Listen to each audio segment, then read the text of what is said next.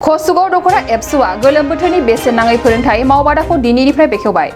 एबसुनि सोलोंथायनि सायाव मावनो लानाय मावथांखि बादियै आसामनि गुबुन गुबुन जायगाफोराव दख'रानिफ्राय लानानै दालाइसा एबसुफोरा सिगांनि समनिफ्रायनो गोलोम बोथोरनि बन्द'आव फरायसाफोरखौ बेसेन नाङाजासे फोरोंथाय होबोबाय थादों। बर' फरायसाफोरखौ गुनगोनां सोलोंथाय लाहोनायनि थांखिजों एबसुआ बे हाबाफारिखौ मावबोबाय थादों। बेबादिनो दिनै खसुगाव दख'र एबसुआ फरायसाफोरखौ गुनगोनां सोलोंथाय लाहोनायनि थांखिजों गोलोम बोथोरनि बेसेन नाङै फोरोंथाय होनाय मावबादाखौ बेखेवबाय। बे गोलोम बोथोरनि बेसेन नाङै फोरोंथाय होनाय मावबादाखौ मोननै फरायसालियाव बेखेवनायखौ मिथिहोदों खसुगाव दख'रानि आफादगिरिया। मख'जाथावदि बे बेखेवनाय हाबाफारियावनो क'क्राझार जिल्ला एबसुनि लोगो आफादगिरि मनिन बसुमतारिया जर'खायै बाहागो लादोंमोन। मिरु दुलाराय बर' फरायसा आफादा 2006 मायथाइयाव इयार अफ एजुकेशन आरो 2007 आव मिशन क्वालिटी एजुकेशन हिसाबै दुलाराय बर' फरायसा गोबां खामानि मावबोदों आरो दुलाराय बर' फरायसा आफादा मिथिगौ जेब्ला 2007 आव मिशन क्वालिटी एजुकेशन हिसाबै फोसावदोंमोन बै समाव बर' बिजोंनि जे सोलोंथाइनि हार आरो बर' बिजोंजों फरायनानै सेथि मासियाव जे आवग्रिनाय बे हारा जोबोद खममोन। नाथाय दिनै बर' बिजोंजों फरायनानै जे सेथि मासि उथ्रिनो हानाय फरायसाफोरनि अनजिमाया सारा आसामाव 1977 साया सेथि मासियाव उथ्रिसारनो हादों। बेजों लोगोसे जोङो क'क्राझार जिल्ला दुलाराय बर' फरायसा आफाद हिसाबै 2539 साया सेथि मासियाव उथ्रिनो हादों आरो जों साफ्रोमबो सेथि मासियाव उथ्रिसार जानो हानायजों लोगोसे थामथि आरो नैथि मासियाव उथ्रिसार जानो हानाय साफ्रोमबो फरायसाफोरनो जोङो गाहाम हामलायनाय जासिदों आरो जोङो आसा खालामदों बिथांमोननि जे भबिसत बे भबिसतआ जेब्लाबो गोजों जाथों जोङो हास्थायदों। मानोना जोङो मिथिगौ दुलाराय बर' फरायसा आफादा साफ्रोमबो बर' माहारिनि जौगानायनि थाखाय जोंनि फरायसाफ्रा खामानि मावनांगौ।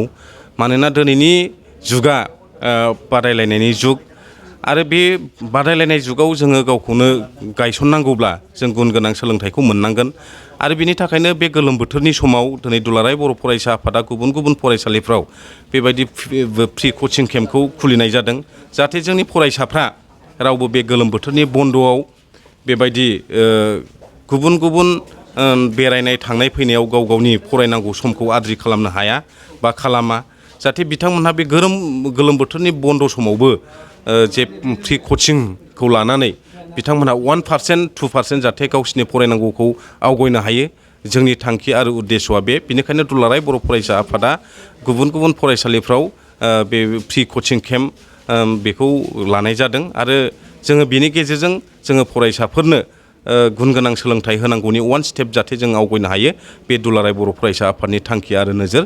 बेनिखायनो बे हाबाफारिखौ दुलाराय बर' फरायसा आफादा गुबुन गुबुन फरायसालिफ्राव लानाय जादों।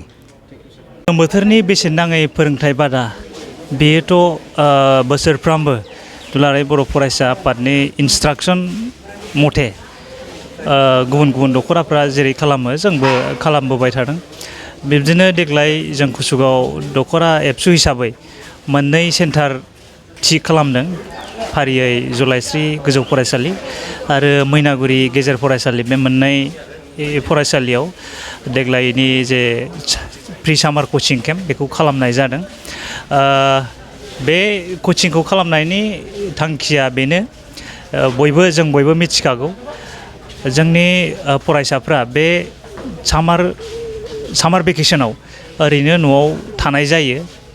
नो डाउट एसे एनै गोलोम बोथोरखाय बा गरम मोनसे दिनखाय बयबो एसे रेस्टखौ लुगैयोब्लाबो बा बेयाव माइ गायनाय फुनाय बोथोर हिसाबै बिमा बिफाखौ हेल्प खालामनाय बा फेमिलिखौ हेल्प खालामनाय मोनसे सम बादि हिसाबै लानाय जायोबाबो जोङो सान्दों सासे फरायसानि देरसिन मावनां हाबाया फरायनाय लिरनायानो। दा बेखायनो मानसिफोरखौ जोंनि फरायसाफोरखौ फरायनाय लिरनायजों मोनसे एटाचमेन्टआव दोननो थाखाय जों बे हाबाफारिखौ लानाय जायो। दा बेबादिनो जोङो दिनै बेयाव बेखेवबाय जलाइस्रि गोजौ फरायसालियाव मैनागुरि गेजेर फरायसालियाव जों दसे समनि उनाव जोङो बेखेवगोन। आच्छा बेखौ मोनबेसे स्कुलाव लानाय जादों आरो सानबेसेनि थाखाय बे हाबाफारिखौ लानाय जादों? बेयो दिनैनिफ्राय जागायनानै 30 अक्ट'सिम दिनै 5 अक्ट' जाबाय जोङो मास मोनसेनि बेखौ हमनानै लानाय जाबाय बेयाव दहाय आं सिगाङाव बुंनाय बादि जलाइसि गोजौ फरायसालि आरो मैनागुरि गेजेर फरायसालि जोङो फरायसाफोरनि जुदि डिमान्डखौ बा फरायसाफोरनि रिसपन्सखौ नायनानै जोङो कुसुगाव ओनसोलाव मोनसे जुदि खालामनांगौ बादि जायोबा जों कुसुगाव प्रपार कुसुगाव गार्लस हाई स्कुल नङाबा कुसुगाव पाब्लिक हाई स्कुल बेयाव जों खालामनो थाखाय थि खालामगोन खिन्थु फरायसाफोरनि रिसपन्सखौ जों नायदों दायो फ्राय फरायसाफोरा बारा इन्ट्रेस्ट लायाखै बे थिंनि फरायसाफ्रा दा बे हिसाबै जोङो बेनि मा पलिसि खालामनानै जों फरायसाफोरखौ लाबोनो हायो जों बेखौ सानबाय थानाय जादों। नोंथाङा सरकारि साख्रि नागिरदोंना नोंथांनि थाखाय मोनसे गोजोनथाव खौरां नोंथांनि थाखाय दं एडुकेट पइन्ट जेराव नोंथाङा सोलोंथाइ लानायनि गेजेरजों सरकारि साख्रिनि गुबुन गुबुन रोखोमनि गोब्राब आनजादफोरखौ उथ्रिसारनो हागोन आरो गावनि आथिङाव गसंथानो हागोन। बे एडुकेट पइन्टआव नोंथांमोना SSC, bank PO, bank clerk, bank SO, UPSC, एफएससि, डिफेन्स, रेलवे, स्टेट इन्सुरेन्स, एएअ, एडिअ एसिस्टेन्टजों लोगोसे स्टेट लेभेल जब आरो माखासे सरकारि साख्रिनि आनजादाव गोनांथि जानाय आयदाफोराव सोलोंथाइ लानो हागोन। मख'नो गोनांदि बे सोलोंसालियाव साख्रिनिल' नङा बेयाव MBA आरो सैनिक स्कुल बायदियाव एडमिशननि थाखाय एन्ट्रेन्स होनो थाखायबो सोलोंथाइ लानो हागोन। बे सोलोंसालियाव गाहाम थाखो खथानि सुबिदा दं आरो सम मथे नोंथांनि सोलोंथाइखौ बे सोलोंसालियाव होनाय जागोन। बेखौबो मिथिनांगोन दि बे एडुकेट पइन्टआव सोलोंथाइ लानानै बावैसो 2021-22 इं मायथाइनि एसएससि GDनि आनजादाव गासै 11 सा सोलोंसाफोरा उथ्रिसारनो हादों।